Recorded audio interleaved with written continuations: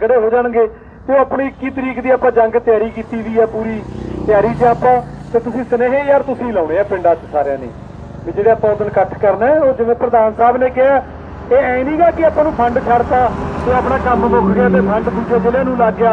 अपनी जिम्मेवारी बहुत है, आप बसा लेके जानिया पैसे अपने लगणगे पर इस साझे फंड च आप किसी होर जिले च पैसे नहीं भेज रहे।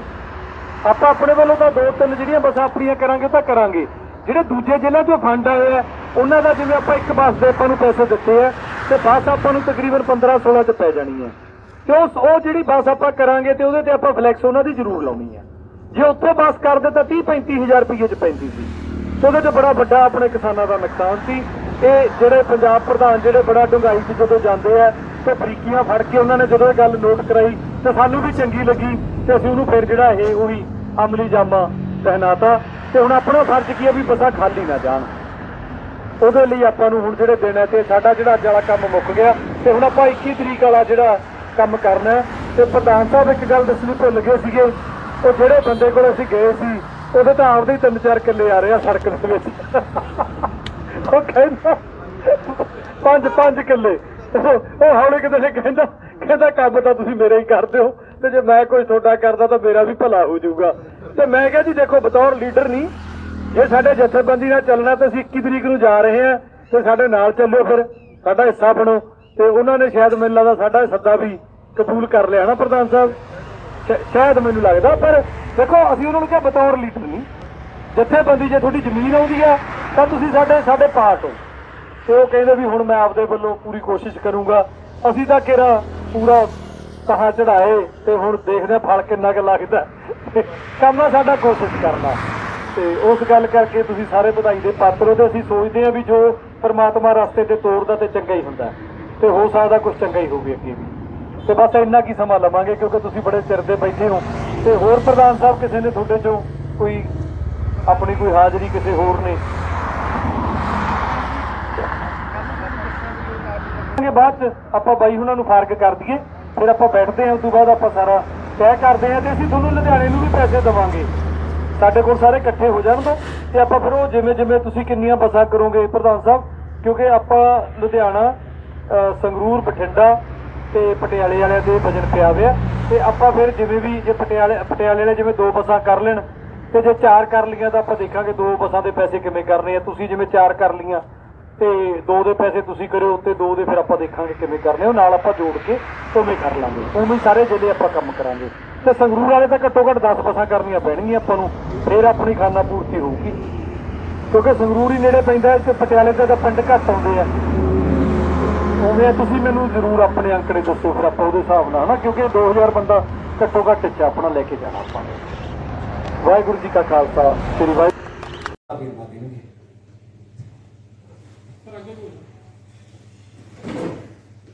नमस्कार, सत श्री अकाल। रमेश दलाल, अध्यक्ष भारत भूमि बचाओ संघर्ष समिति। हमारे इस संगठन के बैनर के नीचे 5 राज्य पंजाब, हरियाणा, राजस्थान, गुजरात और दिल्ली जमीन अधिग्रहण जो केंद्र सरकार के प्रोजेक्ट है रोड और रेल, उसमें जो धांधलियां हो रही है, जो कोडियों के भाव जमीन ली जा रही है, वो लड़ाई लड़ रहे हैं। और इस संदर्भ में हम 21 तारीख को गांव नीलोठी, जिला झज्जर, हरियाणा, जो हमारे किसान बैठे टीकरी बॉर्डर और सिंघू बॉर्डर के नजदीक, हमने एक बड़ी पंचायत 5 राज्यों की रखी। ये जो 5 राज्य है जिनकी जमीन जा रही, हरियाणा, पंजाब, राजस्थान, गुजरात और दिल्ली, इसी में पगड़ी की रिवाज है, पूरे देश में नहीं। तो इसलिए हमने अपनी पंचायत का नाम भी रखा है पगड़ी संभाल किसान पंचायत। एक तो उसके लिए हम पंजाब के किसानों को निमंत्रण देने के लिए आए और दूसरा ये कहने के लिए आए कि जिस प्रांत में सरकार ने कोई भी जाति करने की कोशिश की या मुकदमे बनाने की कोशिश की तो 5 राज्य के किसान इकट्ठा होकर के हल्ला बोल रहे हैं। हमारे पंजाब के किसान उस लड़ाई में अकेले नहीं या गुजरात के अकेले नहीं, हम 5 संयुक्त रूप से इकट्ठे हैं। इसके बारे में हमारी मुख्य रूप से क्या मांग, जो 2013 का जमीन अधिग्रहण कानून बना वो हायर साइड को देता है, लेकिन जो केंद्र के रेल रोड प्रोजेक्ट में वो नहीं दिया जा रहा। उदाहरण के रूप में एक तो मार्केट बाजार मूल्य के आधार पर तय होता है कंपनसेशन, लेकिन बाजार मूल्य तय ही नहीं किया गया, जबकि कानून कहता है कि जमीन अधिग्रहण से पहले बाजार मूल्य तय करेंगे। और उसके बाद रिहेबिलिटेशन अवार्ड रोड के महकमे में कोई बनाया नहीं, जबकि सेक्शन 31/2013 की वो मैंडेटरी है, उसको नहीं बनाया। चलो रिसेटलमेंट के लिए 1 मिनट के लिए अलग रखते हो, लेकिन रिहेबिलिटेशन जिसमें सरकारी नौकरी का प्रावधान है, जिसमें अलग से मुआवजे का प्रावधान है, वो भी हमें नहीं दिया गया। एक है फैक्टर। अब कुछ राज्यों में तो रोड का प्रोजेक्ट मान लो एक ही प्रोजेक्ट है, उदाहरण के रूप में अब आपका अमृतसर जामनगर वो पंजाब से चला, राजस्थान गया, गुजरात गया, तो गुजरात में तो दिया जा रहा है 4 गुना, पंजाब में दिया जा रहा है 2.5 गुना, 1.25 का फैक्टर, हरियाणा में भी 1.25 का फैक्टर, जबकि दिल्ली में यही प्रोजेक्ट जब जाता है तो वहां 4 गुना। लेकिन हम सभी सरकारों से लड़ रहे हैं। हमारा आंदोलन पूर्ण रूप से गैर राजनीतिक है, क्योंकि भारतीय जनता पार्टी की केंद्र की सरकार तो गड़बड़ कर रही है, लेकिन पंजाब और राजस्थान में कांग्रेस की सरकार है जो हमें भाव नहीं दे रही, और दिल्ली में आम आदमी पार्टी की सरकार। आम आदमी पार्टी की सरकार ने 2019 से पहले कहा कि वो 5 करोड़ रुपए प्रति एकड़ बाजार मूल्य करने जा रहे हैं, लेकिन आज मुआवजा मिला 53 लाख का। तो केजरीवाल जी क्या कर रहे हैं? एक दूसरे पर आरोप लगाते रहते हैं। इसी प्रकार से पंजाब का देखो, उसी प्रकार से राजस्थान का कांग्रेस की सरकार है, बाजार मूल्य 7 लाख रुपए पंजाब में, और राजस्थान में सिर्फ 40,000 रुपए प्रति एकड़ या 50,000 रुपए प्रति एकड़। आज के दिन झोपड़ी दिल्ली में, चंडीगढ़ में वो बिकती है लगभग जाके 20 लाख की, और हमारी जमीन का मूल्य इतनी, जिसमें 5,000 गज के रियाज, उसका आप रेट ये दे रहे। तो हमारी लड़ाई कांग्रेस, भाजपा और आम आदमी पार्टी सबके बारे में किसान का हितैषी कोई नहीं, क्योंकि किसान के हितैषी के रूप में ढोंग रचते। मैं पूछता हूं कैप्टन अमरिंदर सिंह जी, आपने 3 कृषि बिल पर हमारा साथ देने का वादा किया, आपका धन्यवाद। आपने विधानसभा में बिल भी लेके आए, लेकिन ये जो केंद्र के प्रोजेक्ट हैं और इसमें घपला हो रहा है और दूसरे राज्यों से पंजाब को कम मिल रहा है, तो कम से कम पंजाब में तो पहले न्याय दीजिए, तब हम मानेंगे आप किसान हितैषी हैं। इसलिए सब नोटंकी कर रहे हैं, और मैं ये कहना चाहता हूं कि इसके अतिरिक्त भी हमारी मांग है, जैसे बराबर से रास्ते नहीं दे रहे, असेस कंट्रोल रोड बना रहे, उस पर हमें एंट्री नहीं है, और एंट्री के बिना हम उसमें कोई कारोबार नहीं कर सकते। तो हमारा कहना बराबर से 33 फुट का है, या तो सर्विस रोड दो या हमें रोड के ऊपर एंट्री दो। और यही नहीं, उसके बाद में आप दूसरी चीजों पे आप जाएंगे, जब 2 टुकड़ों में जमीन बढ़ जाती है तो केंद्र सरकार की पॉलिसी, उसमें ज्यादा मुआवजा मिलेगा। लेकिन हमारी जो बीच से ग्रीन फील्ड निकाल दिया, तो एक किसान की जमीन 2 जगह बट रही है, और सरकार कोई एक्स्ट्रा नहीं दे रही, कानून में लिखा हुआ है। और इसके अतिरिक्त भी आप देखिए, हरियाणा पंजाब एक बात के लिए और मर रहा है, वो इस बात के लिए मर रहा है, हमारे यहाँ ज्वाइंट अकाउंट है, तो ये डिस्प्यूट खड़े कर दिए। कानून कहता है कि हम प्रभावित परिवार को देंगे, यानी जो कब्जे में बैठा है, और ये मुआवजा किसको दे रहे?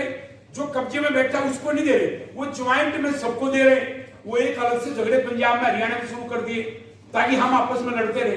तो इसमें बहुत सारी कमियां हैं, इसलिए हम चाहते हैं कि सभी एक प्रकार से भारत सरकार को बड़ी कमेटी बनाए, राज्य सरकारों को विश्वास में ले, और हमारे 5 राज्यों का के साथ न्याय करें।